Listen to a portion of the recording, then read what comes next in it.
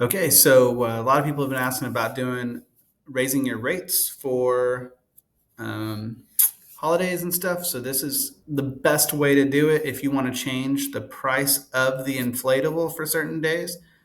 I'll go over how to do that real quick. So here we have a lead that says July 4th, right? That's a common weekend we want to raise our prices. It's bounce house, $150. $150. Okay, so say you want this to be $200. So we're gonna go in, we're gonna go settings, inventory.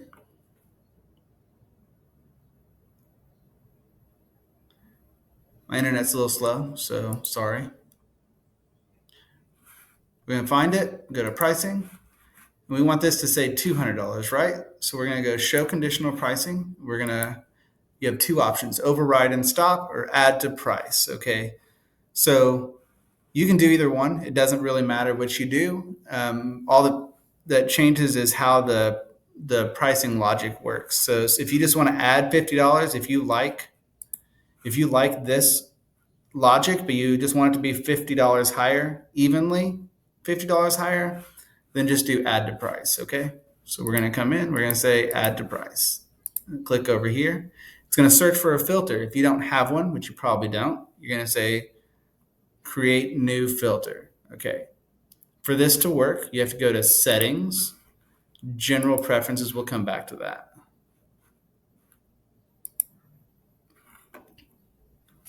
But this is important. And you're going to turn this auto save on. Okay. This is what's going to allow you to do this in general preferences. Okay. So back to where we're at. Okay. So we want to add $50. We're going to show conditional pricing. So we're going to say, you just want to add $50. It doesn't matter what the tier is, how many days people have it, just $50, whatever. Actually, yeah. We're going to open in new tab. So it's going to open up the filter. It's going to pre-select the type of filter that we need it to, which is pricing. And we're just going to say holiday plus $50. So we want the lead start date, and we're going to choose our holidays. Okay, so the two most common ones is July 4th. And if you want to include the weekend before, you just come here and choose that entire range. So you have 6/30 to July 4th and add it. Then we're going to change this to or. I don't even know why it says 3. There's not even 3 leads in there. Lead start date, fixed range. We're going to do October 31st. We're going to go the weekend before. Boom. Add. All right. So now, as long as the lead start date is in those two time range, this filter is going to work.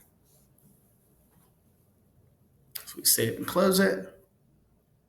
Go back here, click here. It's going to read it. Boom. Now we have it. So now, when this filter applies to a lead, it's going to add this price structure. So we're going to come over here. We're going to type Ruby. You don't even have to do this. If you want the same price deal for multiple inflatables, you can just say plus $50 because that's what we're doing, right? So we're going to say make new price. We're going to say $50 regardless because it's only adding $50 based on this deal and add. Okay.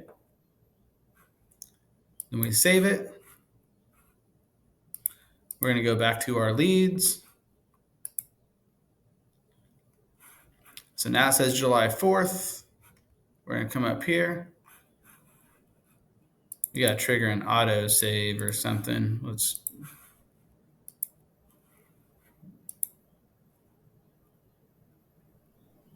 see this. Now it says $200 as we added $50 to it. Okay, so let's say we do a multiple day rental. So we do Friday to Sunday. Whoops.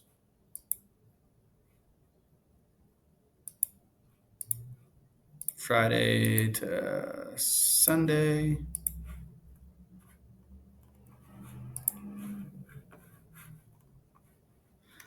So it's auto saving. It says, oh, hey, this is actually 350 because they have it for more than one day. So we want to change it. We're adding $50. Not $50 per day, but $75 per day plus the $50. So boom. Now we're done. Right? So the other way you can make this look is you can go in here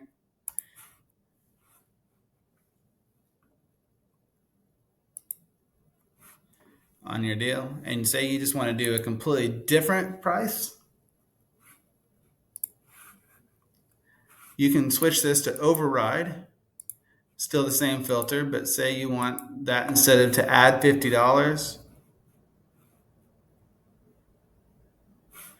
we're just going to say 200. This is how you would do it if you want to do like a percentage. Okay, so you'd say until one day, and then if you're, let's say we're doing 20%, so 150 times 20 is 180 until one day, and then 75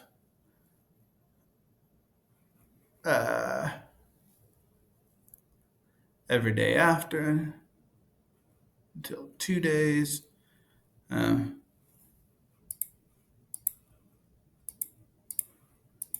$75, 75 times 20.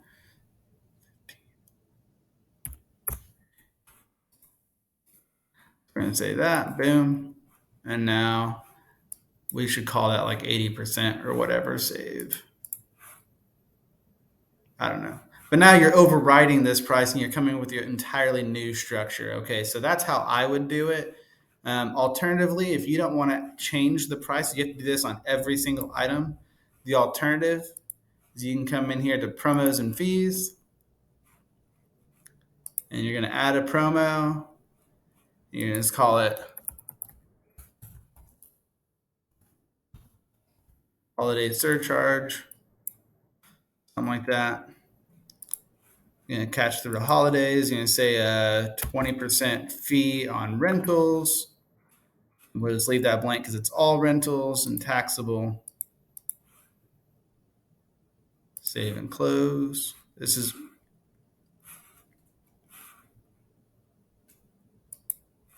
I'm going to go take that holiday fee off of here first so we can kind of see how this plays out.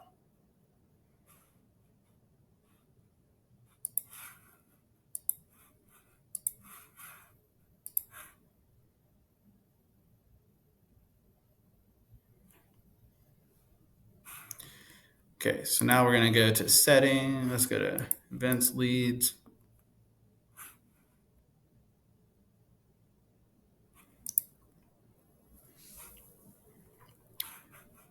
So now we're going to delete that. We're just going to do July 4th again. So you see how that plays out. Bounce house. Still shows the $150 because it is what it is. And then it should come down here.